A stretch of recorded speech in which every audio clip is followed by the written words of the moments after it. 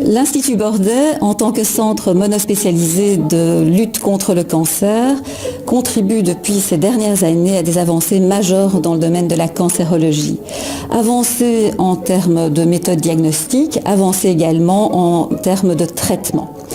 Alors pour ce qui est des méthodes diagnostiques, nous avons eu la chance d'acquérir de nouveaux équipements tels qu'un PET scan qui est mis à disposition de l'ensemble des patients du réseau IRIS et qui permet de faire des diagnostics rapides de l'évolution de la maladie, mais aussi de permettre d'évaluer les traitements et les réponses aux traitements anticancéreux. Nous avons des traitements de plus en plus ciblés sur les cellules tumorales, ce qui permet d'une part d'être plus efficace, mais aussi d'être moins toxique, puisqu'on permet de protéger les cellules normales. En tant que directeur médical, j'ai un regard profondément optimiste sur l'avenir.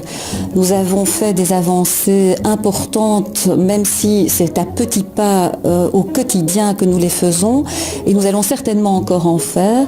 Nous avons la chance à l'Institut Bordet d'avoir des équipes extrêmement compétentes et motivées qui font un maximum pour que ces avancées puissent se faire.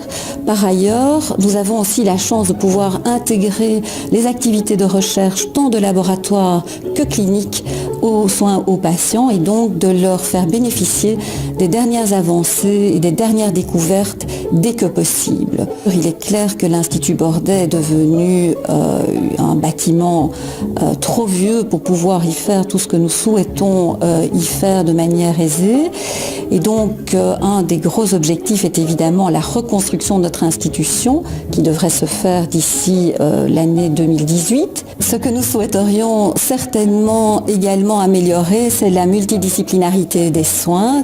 C'est quelque chose que nous faisons déjà depuis plus de 50 ans, mais nous souhaiterions encore l'accentuer, c'est-à-dire de prendre les décisions pour les patients de manière les plus concertée possible entre les différents professionnels, qu'ils soient médecins de toute spécialité, paramédicaux, infirmiers, tout cela évidemment au bénéfice du patient.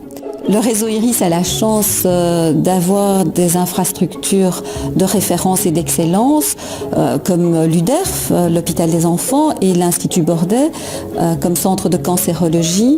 Il est donc important que l'ensemble des patients puissent bénéficier de ces infrastructures où qu'elles soient dans le réseau IRIS.